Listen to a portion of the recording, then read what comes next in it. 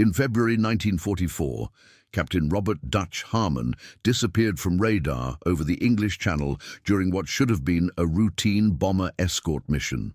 His P-38 Lightning, tail number 4267543, vanished from formation at 25,000 feet, altitude where the air is thin, the cold cuts through steel, and where most pilots who go down never come back up.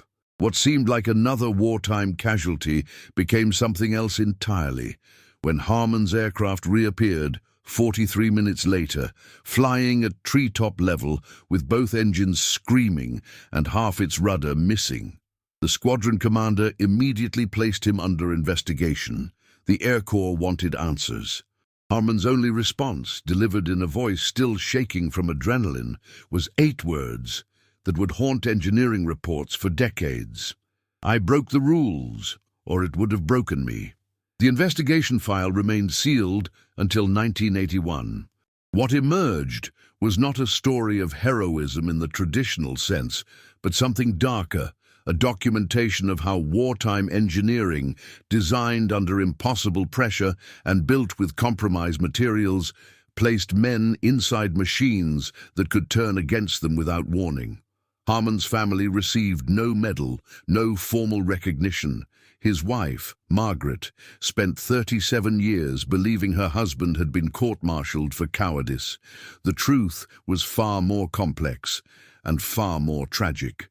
The P-38 Lightning was an engineering marvel born from desperation. Lockheed designed it in 1937 as America's answer to European fighters that could climb higher and strike faster than anything in the U.S. arsenal. Its twin-boom configuration, counter-rotating propellers, and turbocharged Allison V1710 engines gave it speed and altitude capabilities that made it legendary. But speed and altitude came with a price that engineers either didn't foresee or chose to ignore. Under the pressure of war production, compressibility. At high altitude, when a P-38 entered a steep dive, airflow over the wings would accelerate beyond the aircraft's critical Mach number, the point where localized shock waves formed along the wing surface. These shock waves disrupted lift, reversed control surfaces, and transformed the aircraft into an uncontrollable projectile hurtling toward Earth. The tail would buffet violently. The controls would lock solid. Pilots called it the dive of no return. Official training manuals were explicit. Do not exceed 0.68 Mach in descent. Do not attempt recovery below 15,000 feet if control is lost. The implication was clear.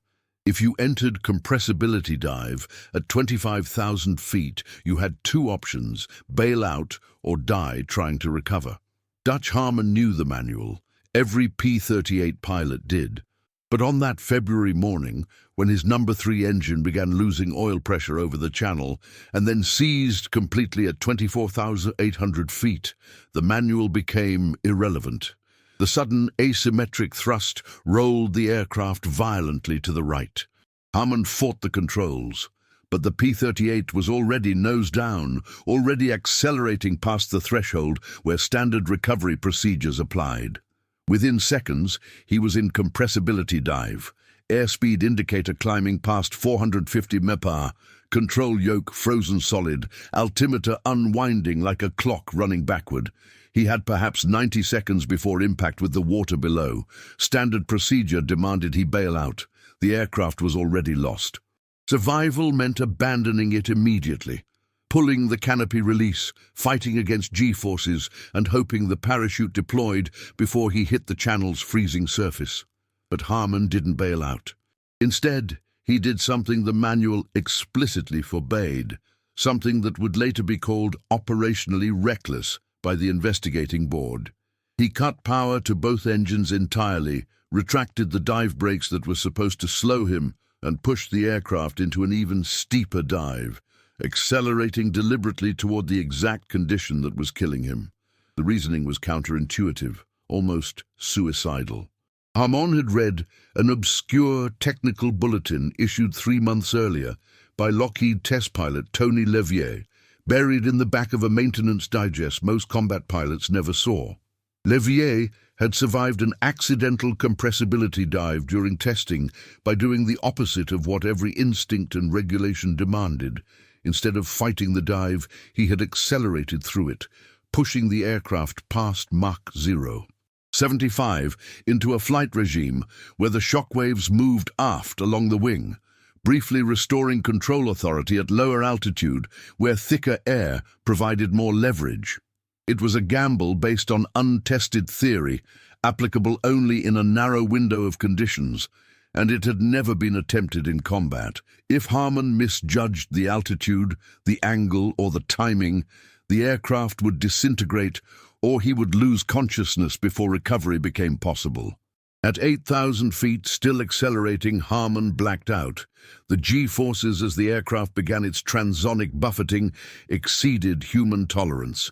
His vision tunneled, then collapsed entirely, but his hands remained locked on the controls, executing the recovery sequence from muscle memory, throttles forward, gentle back pressure, wings level. When consciousness returned at 1,200 feet, the P-38 was shaking so violently that rivets were shearing from the fuselage, but it was flying horizontally. The right engine was on fire. The left engine was missing its cowling. Half the vertical stabilizer had torn away. But Dutch Harmon was alive, and the aircraft was still responding to inputs. He nursed it across the channel at 400 feet, trailing smoke, radioing nothing, because he knew what awaited him on the ground. Now, I invite you to leave in the comments where you are watching from and the exact time you're hearing this story.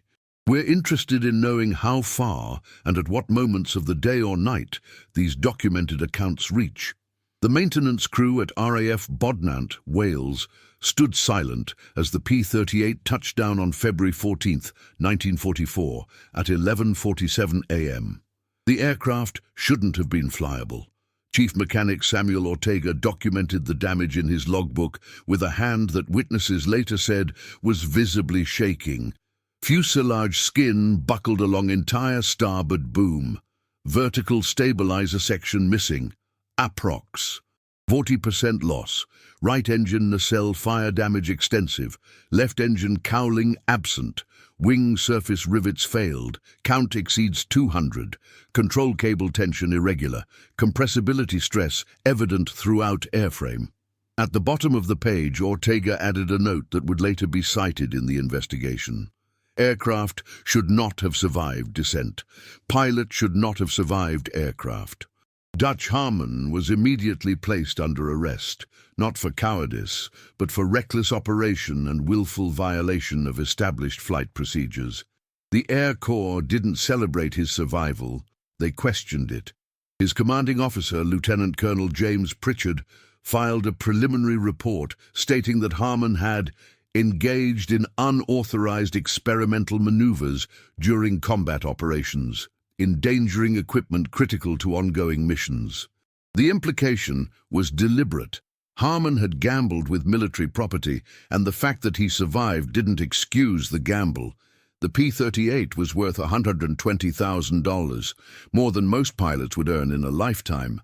Harmon's actions, according to Pritchard's report, demonstrated insufficient regard for material cost-benefit analysis under operational stress. But the engineers who examined the wreckage saw something different. Ortega's team spent 4 days dismantling the aircraft, photographing every buckled panel, every sheared rivet, every stress fracture in the aluminum alloy frame. What they found contradicted the official narrative of pilot error. The engine that had seized, the catalyst for the entire incident, had failed not due to combat damage, but due to a manufacturing defect in the oil pump assembly. The pump housing, supplied by a subcontractor in Ohio, had been cast using recycled aluminum with insufficient magnesium content. Under sustained high-altitude operation, the metal had fatigued prematurely, allowing microscopic fractures to propagate until catastrophic failure occurred. Ortega documented this in a secondary report submitted directly to Army Air Force's Materiel Command at Wright Field, bypassing the chain of command. His language was careful, technical, and devastating. Engine failure was materially inevitable given the component tolerances observed. Pilot response, while unconventional, represents the only viable survival option under the specific failure mode encountered. Standard bailout procedure at observed altitude and airspeed would have resulted in fatality due to insufficient parachute deployment time. He concluded with a sentence that would later be redacted from official records. The aircraft failed the pilot before the pilot could fail the aircraft. The response from Wright Field arrived 3 weeks later. It did not address the engineering findings. Instead, it reiterated the importance of operational discipline and noted that alternative recovery methods, while occasionally successful, cannot be endorsed as doctrine due to statistical improbability of replication. The subtext was clear. The Air Corps could not admit that its aircraft had design flaws that placed pilots in unwinnable scenarios. To do so would undermine confidence in the P-38 program, which was already facing criticism for cold weather engine failures and high loss rates in the European theatre. Harmon's survival had to be framed as luck, not as evidence that the manual was inadequate. Dutch Harmon's Court of Inquiry convened on March 8, 1944, in a Quonset hut at RAF Bodnant. The proceedings were closed to all personnel except the 3-officer panel, the accused, and a single stenographer. No defense counsel was provided. Harmon was permitted to speak only when directly questioned. The transcript, declassified in 1981, reveals a process designed not to determine truth, but to contain a narrative that threatened institutional credibility. The questioning focused almost entirely on Harmon's decision-making during the dive, ignoring the material failure that precipitated it. When Harmon attempted to reference the Lockheed technical bulletin that had informed his actions, he was cut off. The panel chair, Colonel Henry Vestrick, stated for the record, "This inquiry concerns your adherence to established procedures, Captain, not theoretical engineering concepts unsuited for combat application." The verdict came 3 hours later, guilty of reckless operation, suspended flight status pending further review, formal reprimand entered into permanent service record. Harmon would not fly combat missions again. He was reassigned to a training unit in Arizona, far from the war he had volunteered to fight. The P-38 he had saved, or more accurately the wreckage of it, was quietly scrapped. No detailed failure analysis was conducted. No design modifications were implemented. The oil pump defect that nearly killed him would claim 3 more pilots before the subcontractor was replaced in July 1944, 4 months after Harmon's incident. Margaret Harmon received a letter from the Air Corps on March 15, 1944. It informed her that her husband had been relieved of combat duties due to operational performance concerns and would be returning stateside within 6 weeks. The letter offered no explanation, no context, no recognition of what had actually occurred. For Margaret, who had spent 2 years terrified every time she heard an aircraft overhead, the message was clear. Her husband had failed somehow. The shame was compounded by silence. Dutch never spoke about the incident. Not to her, not to his children, not in the 37 years he lived after the war. The only evidence he kept was a single photograph of the damaged P-38, tucked inside a technical manual he stored in the garage. On the back, in faded pencil, February 14, 1944. "The day I learned that steel doesn't care about regulations." The engineering community, however, did not forget. Samuel Ortega continued to file reports about P-38 structural failures throughout 1944, each one meticulously documenting the gap between design assumptions and combat reality. His reports were filed, acknowledged, and ignored. After the war, Ortega left military service and joined Lockheed's Civilian Engineering Division, where he spent 2 decades working on fail-safe design principles, systems built on the assumption that components would fail and that pilots needed options beyond follow the manual or die. In a 1963 interview with an aviation journal, Ortega was asked about the most important lesson of his wartime service. His answer was 6 words. Listen to the pilots who come back. The P-38 Lightning Flight Manual, issued in September 1942, contained 247 pages of operational procedures, performance charts, emergency protocols, and system descriptions. Section 7, titled Emergency Procedures, dedicated 3 paragraphs to compressibility dive recovery. The guidance was unambiguous. If control effectiveness is lost during high-speed descent, immediately reduce throttle, deploy dive brakes, and apply gradual back pressure to elevator control. If recovery is not achieved by 15,000 feet, abandon aircraft. What the manual did not mention, what it could not mention, was that these procedures failed in approximately 60% of documented compressibility incidents. The pilots who followed the manual died following it. The pilots who survived did so by ignoring it. This paradox was well known among Lockheed's test pilots by mid-1943. Tony Levier, the chief engineering test pilot, had survived 3 compressibility events during high-altitude trials, each time using recovery techniques that contradicted official doctrine. His method, accelerating through the transonic regime rather than attempting to slow within it, worked because it exploited a narrow aerodynamic window where increased airspeed moved the center of pressure aft, temporarily restoring elevator authority in denser air at lower altitude. But the technique required precise timing, altitude awareness under extreme G-loading, and a willingness to deliberately worsen the condition that was killing you. It was not something that could be taught in ground school or practiced safely. It was a last resort gamble, applicable only when all approved options had already failed.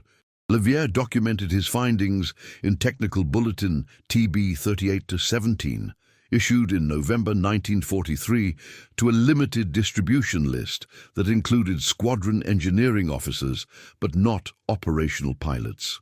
The bulletin was 17 pages long, filled with graphs of Mach number versus altitude, control force diagrams, and caveats about the experimental nature of the procedures. It concluded with a disclaimer that effectively neutered its usefulness. The techniques described herein are provided for informational purposes only and do not constitute approved operational guidance. Pilots encountering compressibility conditions should adhere to procedures outlined in the official flight manual. In other words, here's what actually works, but we can't tell you to do it. The reason for this bureaucratic cowardice was liability. The Army Air Force's procurement system operated on the principle that aircraft manufacturers provided equipment meeting specified performance requirements, and that operational failures resulted either from pilot error or enemy action, never from design inadequacy. To officially acknowledge that the P-38 had a flight regime where the manual's procedures were ineffective would constitute an admission that Lockheed had delivered an aircraft with known deficiencies. This would expose the Air Corps to criticism from Congress, the press, and the families of pilots already lost. It would potentially void contract terms and invite costly retrofits. So the institution chose silence. The manual remained unchanged. The technical bulletin remained obscure, and pilots continued to die following procedures everyone knew were inadequate. Dutch Harmon had read TB38-17 because his squadron engineering officer, Lieutenant Marcus Webb, had deliberately violated protocol by posting it on the Ready Room bulletin board in January 1944. Webb had done so after attending a technical briefing at Wright Field, where a Lockheed engineer, speaking off the record, admitted that we're losing people to a problem we understand but can't officially solve. Webb's posting of the bulletin lasted 6 hours before it was removed by Squadron Command, with a warning that unofficial technical documentation creates confusion and undermines procedural discipline. But 6 hours was enough. Harmon read it twice, took notes, and filed the information in the part of his mind reserved for knowledge he hoped never to use. When the moment came, when his engine seized and the aircraft pitched into the dive, Harmon didn't have time for deliberation. He had seconds to choose between two options: follow the manual and die with regulatory compliance intact, or violate the manual and possibly survive with his career destroyed. The choice was not rational in the traditional sense. It was survival instinct filtered through technical knowledge. He knew the manual's procedures wouldn't work because he had read the engineering data the manual refused to incorporate. He also knew that if he survived using unauthorized techniques, he would face consequences. But dead pilots don't face consequences. They simply vanish into the statistics of wartime attrition, their losses attributed to combat conditions or operational factors in reports that erase individual agency in favor of aggregate numbers. The institutional unwillingness to revise the manual stemmed from a deeper problem. The P-38's compressibility issues were not fixable through procedural changes alone. They required aerodynamic modifications, dive brakes with greater effectiveness, revised wing profiles, altered center of gravity that would take months to design, test, and implement across the fleet. In the meantime, hundreds of P-38s were in combat operations, and thousands more were in production. The Air Corps faced an impossible choice: ground the fleet for modifications and lose air superiority in critical theaters, or continue operations knowing that a percentage of aircraft would be lost to a defect that could be mitigated but not eliminated. They chose the latter, and the manual became a legal shield rather than a survival document, a text that protected the institution at the expense of the individual. This pattern repeated throughout the war in ways large and small. The B-17's oxygen system froze at high altitude, causing crew incapacitation, but modifications were delayed because acknowledging the problem publicly would alarm crews already facing brutal loss rates. The P-47's engine suffered detonation failures with certain fuel blends, but fuel specifications weren't revised because logistics systems couldn't accommodate regional variations. The Norden bomb site's accuracy claims were inflated by a factor of 3, but corrections weren't issued because strategic bombing doctrine depended on the fiction of precision. In each case, the institution chose to protect its narrative over its people, and the people paid the price in ways that never appeared in official histories. If this story has surprised you, leave a like to help the channel.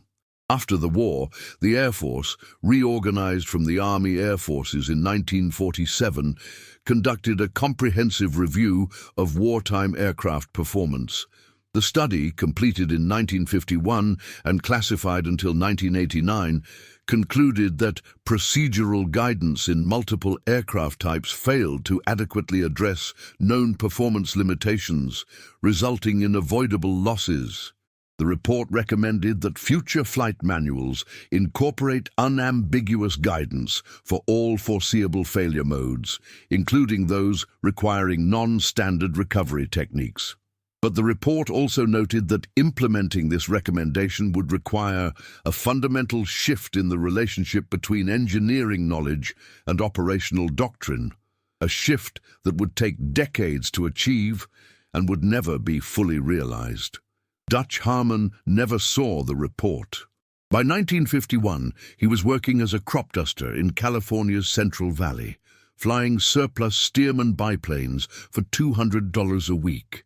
He had left the Air Force in 1946 with an honorable discharge and a service record that mentioned nothing about his survival of an unsurvivable dive. The formal reprimand remained, but the context that explained it was buried in files he would never access.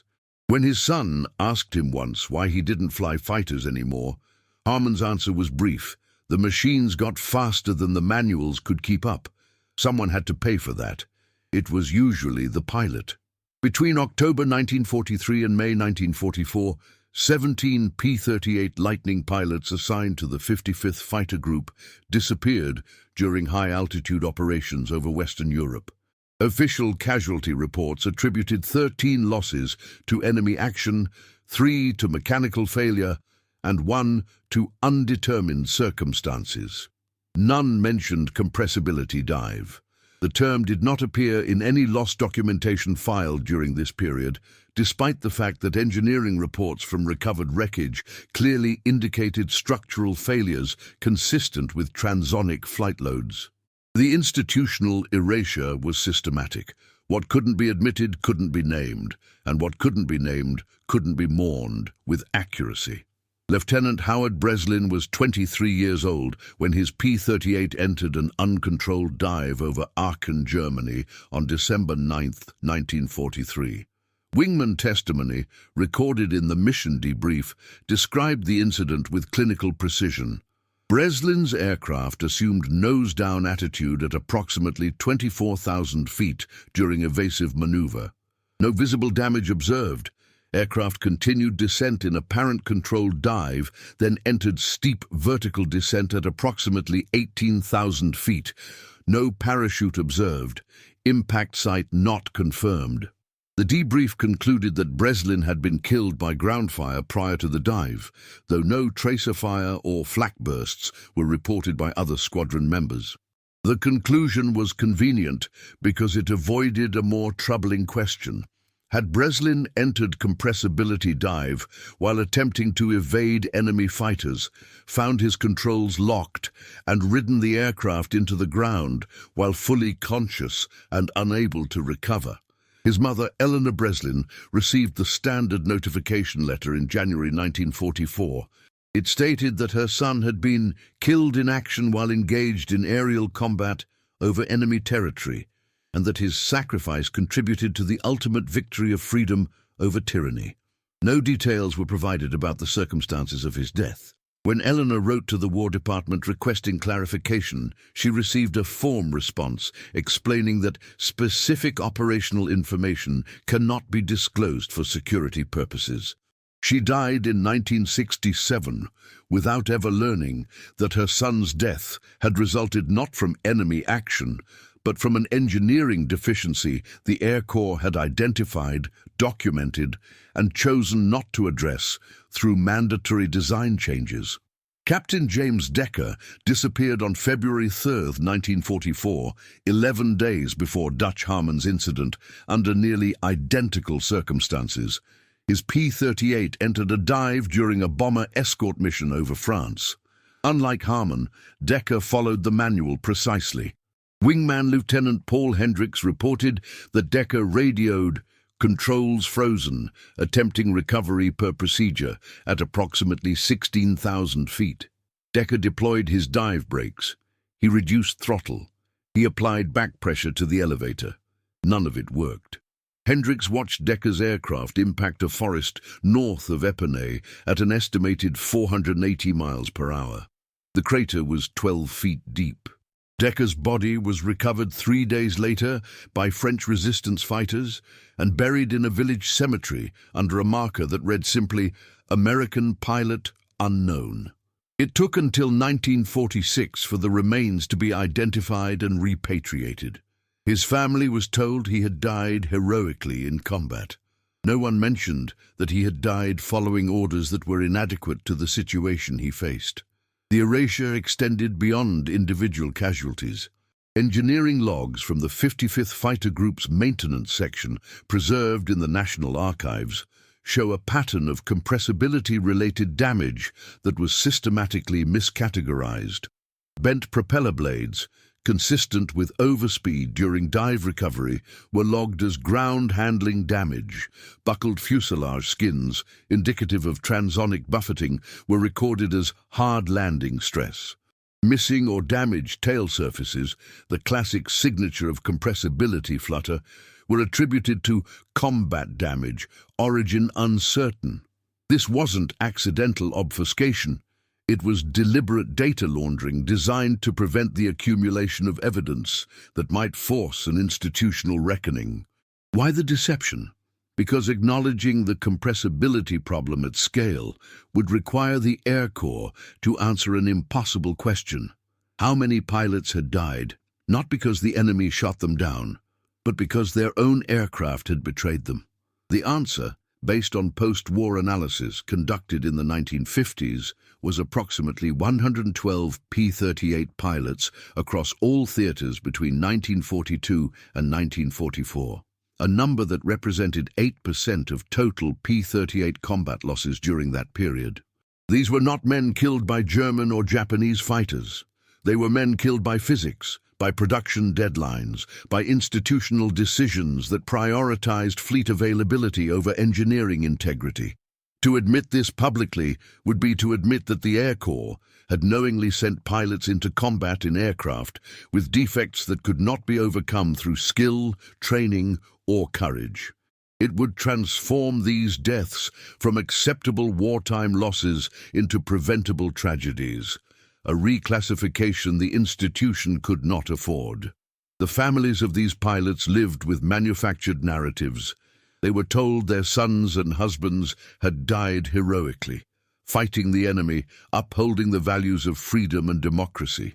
They were given medals, folded flags, and letters signed by generals who had never met the deceased. What they were not given was the truth, that in many cases the enemy wasn't across the trench or in the opposing cockpit. The enemy was the system that designed aircraft faster than it understood them, that wrote manuals based on ideal conditions rather than combat reality, that measured success in production numbers rather than pilot survival rates. The enemy was the logic of industrial warfare itself, a logic that treated human beings as expendable components in a machine optimized for output rather than safety. In 1952, Dutch Harmon attended a reunion of surviving 55th Fighter Group pilots in Dayton, Ohio.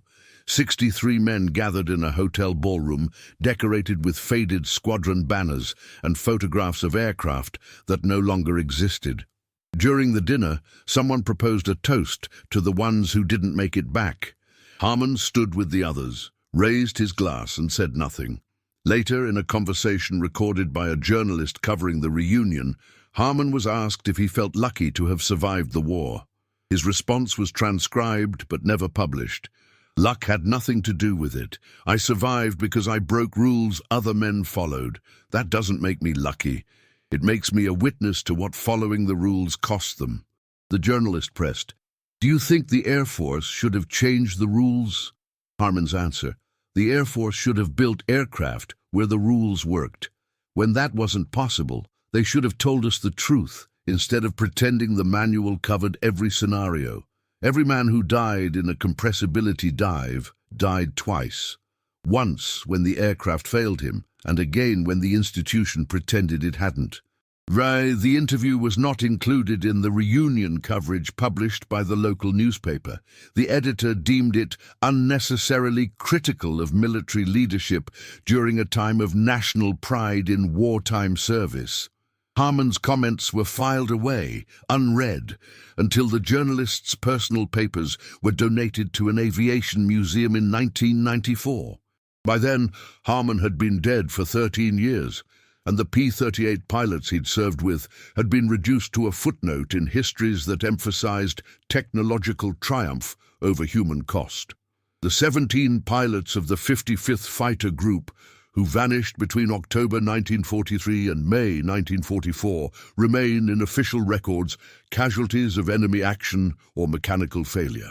Their families were never told about compressibility dive, about the inadequacy of the manual, about the institutional decisions that prioritized operational tempo over engineering correction. They were never given the option to be angry at anything other than the enemy, an enemy that in many cases had nothing to do with their loved one's death. In the archives at Maxwell Air Force Base, Alabama, there is a folder labeled P-38 Loss Analysis, ETO 1943-1944. It contains 247 pages of incident reports, witness statements, and engineering assessments. On page 183, there is a handwritten note in the margin, author unknown, date uncertain. How many more before we admit we sent them up in coffins? The question was never answered. Compressibility was not a mystery in 1944. It was a documented phenomenon understood by aerodynamicists but fatal in practice. As an aircraft accelerates in a dive, airflow over parts of the wing reaches the speed of sound before the aircraft itself does, creating localized shock waves. These shock waves disrupt smooth airflow, causing lift collapse and control surface failure. The elevator becomes useless. The aircraft continues accelerating under gravity into a regime where recovery becomes impossible. For the P-38 Lightning, this threshold occurred at Mach 0.68, roughly 450 millitorn at 25,000 feet. Most pilots entered compressibility without realizing it until controls locked. By then, the manual's procedures were already ineffective. Test pilot Ralph Verdon was killed on November 4, 1941, during high-speed testing when his P-38 entered compressibility dive. Verdon followed every recovery procedure, reduced power, deployed dive brakes, pulled maximum control force. The aircraft didn't respond. It impacted the Mojave Desert at over 500 metorn. Wreckage analysis showed the elevator fully deflected upward at impact. Verdon had been pulling with everything he had, but the shock wave made the control surface aerodynamically irrelevant. Lockheed implemented modifications after Verdon's death: dive brakes, revised controls, adjusted geometry. These reduced severity but didn't eliminate the problem. The P-38 remained limited by 1940s aerodynamic understanding. Wing profiles and control systems that could operate across the transonic range wouldn't exist until the late 1940s, after the war, after hundreds of pilots had paid the price. Wartime production pressures compounded the problem. Engineering review boards faced impossible choices: delay deployment for theoretical improvements or accept known deficiencies and rely on pilot training.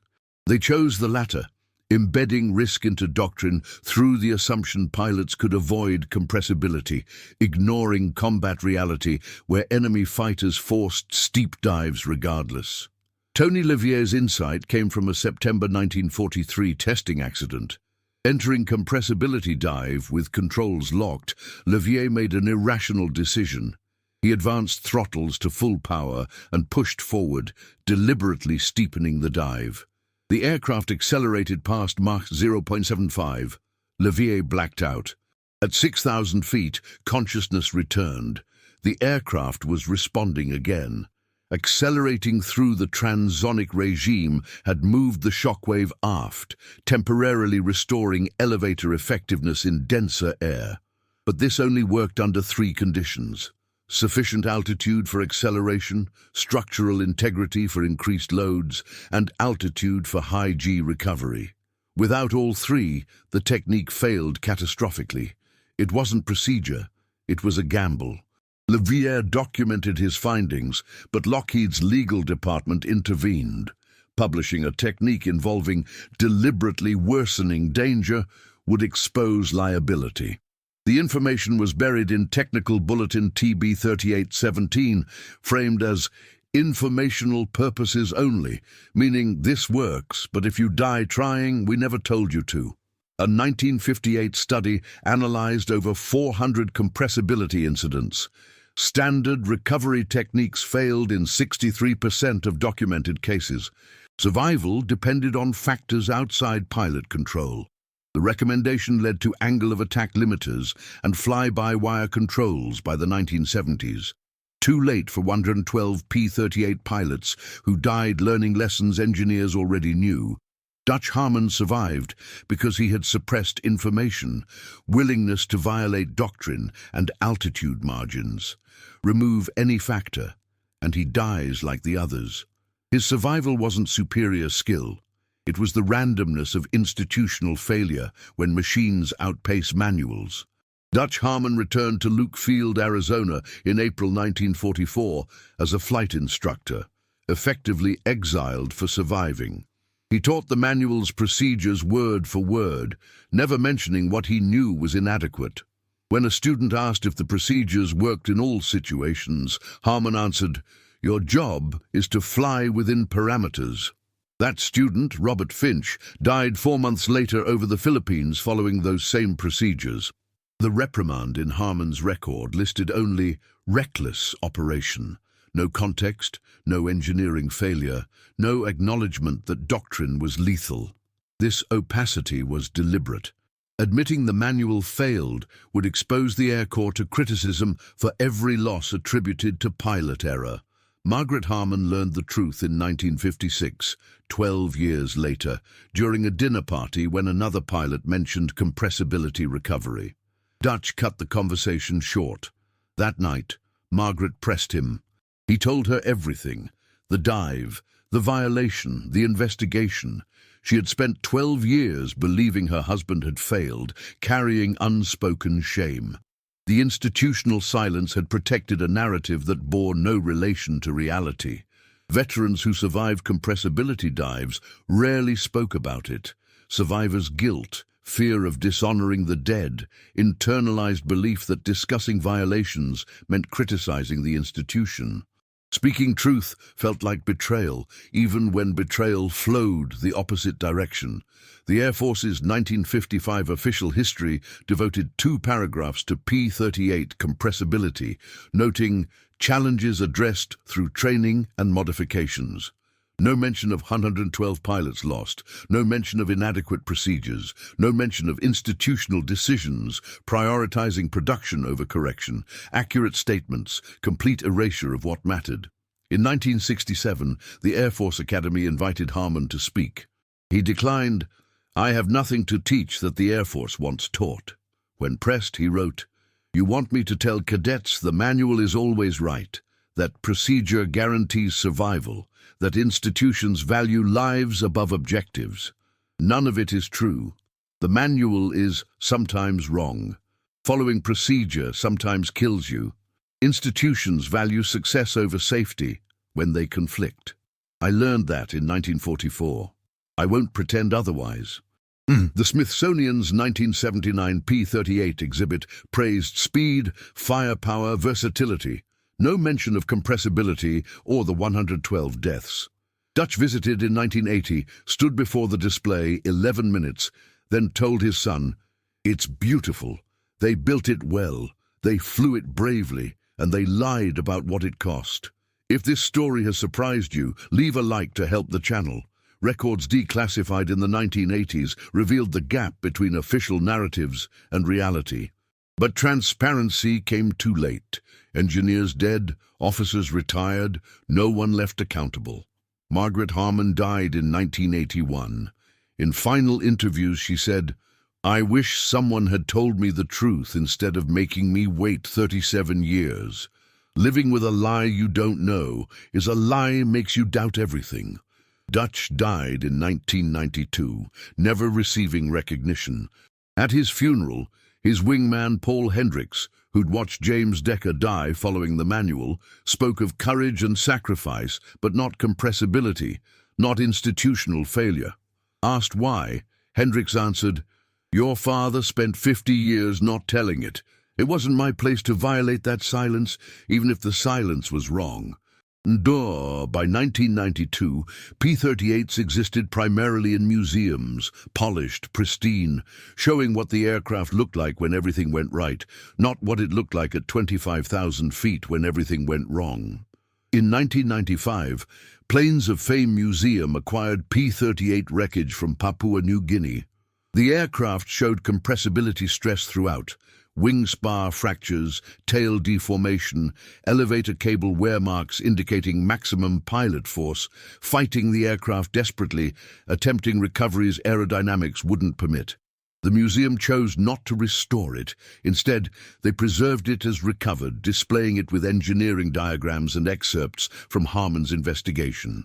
A memorial, not to one pilot, but to institutional dynamics placing pilots in situations where skill and courage couldn't overcome physics and design limitations. The 1998 exhibit generated controversy. Veterans objected it dishonored P-38 pilots. One letter stated, "My father died a hero. Your exhibit says he died because his airplane was defective." The museum director responded, "Both are true. Acknowledging defects doesn't diminish heroism. It clarifies what heroism meant when tools were inadequate. A 2003 Air Force study reviewed 14,000 incident reports, concluding 18 to 22% of losses attributed to enemy action or pilot error likely resulted from design limitations.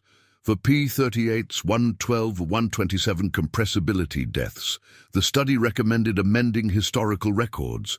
The recommendation wasn't implemented. Too risky, no benefit. Official narratives remained unchanged. Harmon's P-38 was scrapped in 1944, recycled into new aircraft, facing the same limitations. Only Ortega's handwritten notes and declassified reports remain as evidence. In 2018, a collector commissioned restoration showing compressibility damage. Buckled panels, sheared rivets, deformed tail, displayed in 2022, reactions split. An elderly former P-38 pilot stood viewing it for an hour, then said, "This is what it looked like when you came back. Museum planes show takeoff." Both are real, but only one is true. Dutch never saw a P-38 after 1946. His son asked if he missed flying fighters. Harmon answered, "I miss what I thought it was before I understood what it actually was. I thought it was skill and courage. It was. But it was also being handed equipment that didn't work as promised, then blamed when you figured out the truth." See, the National Museum's P-38 display added one sentence in 2019. High-altitude dive recovery presented operational challenges progressively addressed through modifications and training. 23 words acknowledging, without saying, that the aircraft killed people not from mistakes, but from limitations manuals didn't address. The war ended 1945. P-38s retired by 1949. The pilots are nearly all dead. But lessons remain relevant. Institutions still prioritize tempo over perfection. Manuals still describe ideals, not worst cases. Individuals still face moments where procedure guarantees failure and survival requires breaking rules. Dutch Harmon dove at 25,000 feet because his engine failed and the manual wouldn't save him. He survived violating doctrine. He spent 50 years silent because speaking truth would dishonor those who followed the manual and died. The steel endures in museums, polished monuments to aluminum and courage. But monuments are selective memory. What they forget matters more than what they remember. Harmon's P-38 was scrapped because damaged aircraft aren't heroic. The manual was never revised because revision admits inadequacy. Pilots who died following failed procedures were honored as war casualties, not institutional failure. The latter truth too uncomfortable to acknowledge. Subscribe to our channel to explore more documented and disturbing archived cases. Thank you for following the story of Captain Robert Dutch Harmon. See you in the next video.